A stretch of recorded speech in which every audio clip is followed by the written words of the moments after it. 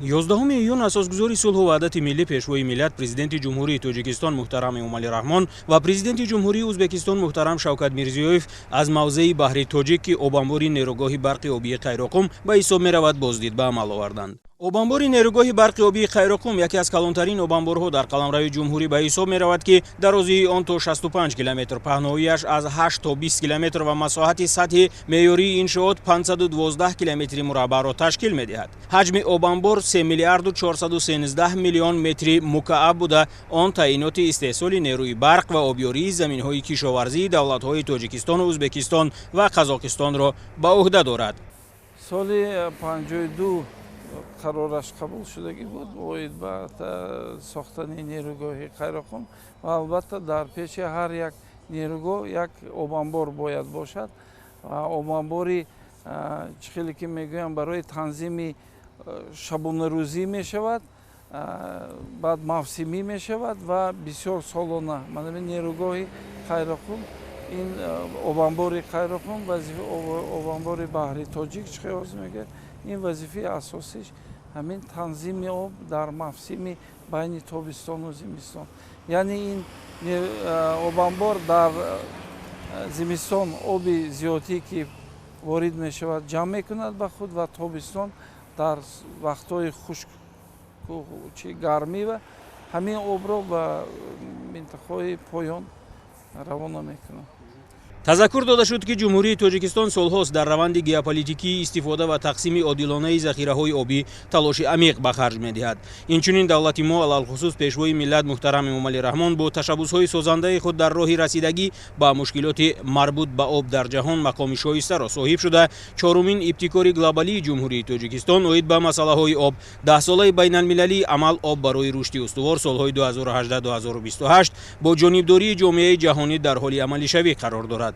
ҷумҳурии мо аз оғози истиқлоли давлатии худ бо дарки нақши калидиаш дар захираҳои обӣ ва энергетикии минтақа дар раванди ҷаҳонӣ фаъолияти муассир дорад.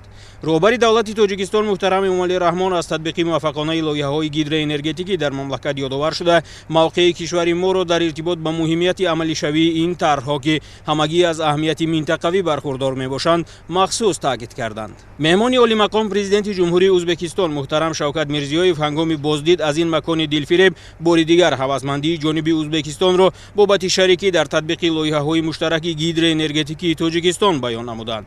дар ҷумҳурии Таҷикистон 9 обанбор мавҷуд аст ва ҳар кадоме аз 0,128 то 10,5 миллиард метри мукааб обро ғунҷоиш медиҳанд.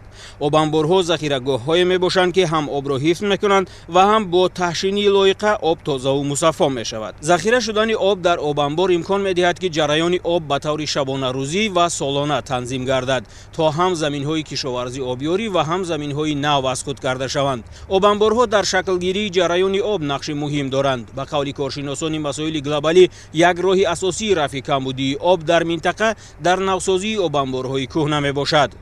таъкид гардид ки дар умум меҳвари сиёсати обию энергетикии давлати моро таҳкими ҳамкориҳои минтақавӣ дар самти истифодаи захираҳои обии фаровони кишварамон ташкил медиҳад. гуфтан ба маврид аст ки қисми зиёди заминҳои кишоварзии ҷумҳурии Узбекистон аз ҳисоби захираҳои оби обанбори нерӯгоҳи Кайраккум обёрӣ карда мешаванд ки намунаи барҷастаи ҳамкориҳои минтақавӣ дар самти истифодаи оқилонаи захираҳои обии мамлакати мо мебошад.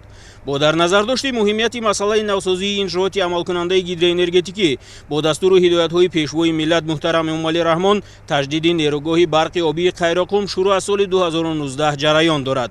мувофиқи ҷадвал санаи оғози татбиқи лоиҳаи таҷдиди нерӯгоҳи барқи обии Кайраккум аз 23 августи соли 2019 муайян гардида, муҳлати ба анҷом расидани лоиҳа 57 моҳ пешбинӣ шудааст. тибқи қарордоди ба имзо расида маблағи пешбинишуда барои татбиқи лоиҳа 153,6 миллион доллари амрикоӣ буда, марҳила ба марҳила таҷдиди таҷҳизоти асосиву ёрирасони нерӯгоҳ, дастгоҳи тақсимкунандаи 110 киловолта ва таъмиру барқарорсозии иншооти гидротехникии он бо зиёд намудани иқтидори нерӯгоҳ аз 126 мегаватт то ба 174 мегаватт пешбинӣ гардидааст. лоиҳаи таҷдиду барқарорсозии нерӯгоҳ амалӣ шуда истодааст. ин лоиҳа аз тарафи ширкати ҷаҳонӣ General Electric Фаронса ва Кобра инсталлясиони давлати Испания иҷро гардида шудааст. то ба имрӯз дар доираи лоиҳа хеле корҳо иҷро шудаанд ба монанди таъмиру барқарорсозии кранҳои борбардори 250 тоннага, кранҳои борбардори 50 тоннага ва 30 тоннага, васлу насби панҷараҳои хасрӯба тозакунӣ, таъмиру барқарорсозии худи бинои нерӯгоҳ рафта истодааст.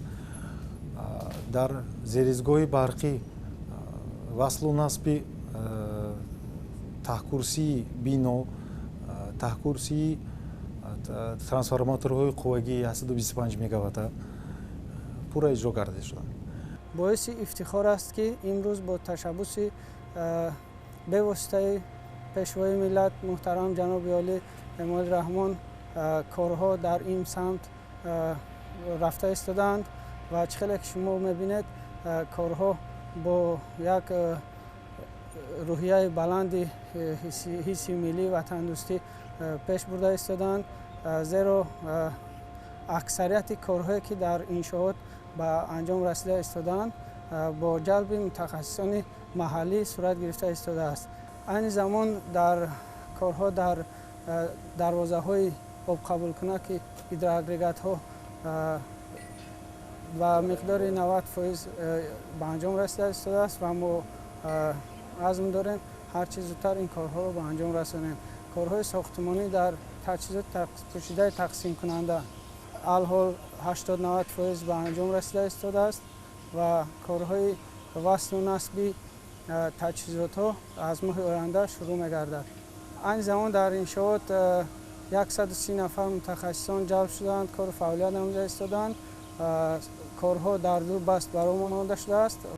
то ба имрӯз дар доираи лоиҳаи таҷдиди нерӯгоҳи барқи обии Кайраккум як қатор корҳои тадқиқотии топографӣ, геофизикӣ, геотехникӣ, андозагирии қисми обгузар ва бетонии нерӯгоҳ, таҳқиқоти қисми зериёбӣ, озмоиши модели турбина, аз назаргузаронии ҳолати зериёбии таҷҳизоти гидромеханикӣ ва қисми бетонӣ, гирифтани намунаҳо барои гузаронидани озмоиши лабораторӣ, лоиҳакашии муфассал доир ба таҷҳизоти ёрирасон, корҳои омодасозӣ, тартиби нақшаҳои бехатарӣ ва ҳифзи муҳити зист, нақшаи таҳлия ҳангоми ҳолатҳои фавқулодда ва нақшаи сифат иҷро гардидаанд.